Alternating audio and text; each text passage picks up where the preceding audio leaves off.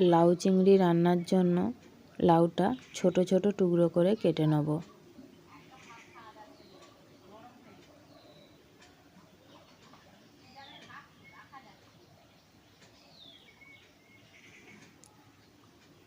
কাটা হয়ে গেছে, এরপর পরিষ্কার জল দিয়ে ধুয়ে নেব। কড়া গরম হয়ে গেছে, দিয়ে দেবো পরিমাণ মতো সরষের তেল। তেলটা একটু নেড়ে নিয়ে নুন হলুদ মাখিয়ে রাখা চিংড়ি মাছগুলো দিয়ে ভালো করে ভেজে নেব। ভাজা হয়ে গেছে, একটা পাত্রে তুলে নেব।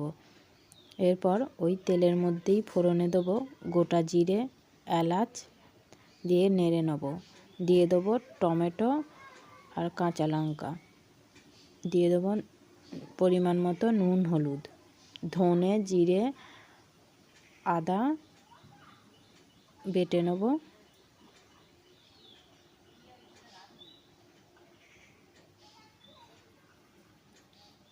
বেটে রাখা মশলাটা দিয়ে দেবো, খুব ভালো করে মিশিয়ে নেব। এরপর এর মধ্যে দিয়ে দেবো পরিষ্কার করে ধুয়ে রাখা লাউ, দিয়ে খুব ভালো করে মিশিয়ে নেব। দিয়ে দেবো পরিমাণ মতো জল, দিয়ে ঢাকা দিয়ে বেশ কিছুক্ষণ রান্না করব। কিছুক্ষণ পরে চিংড়ি মাছ আর সামান্য চিনি দিয়ে নেড়ে নেব। রেডি।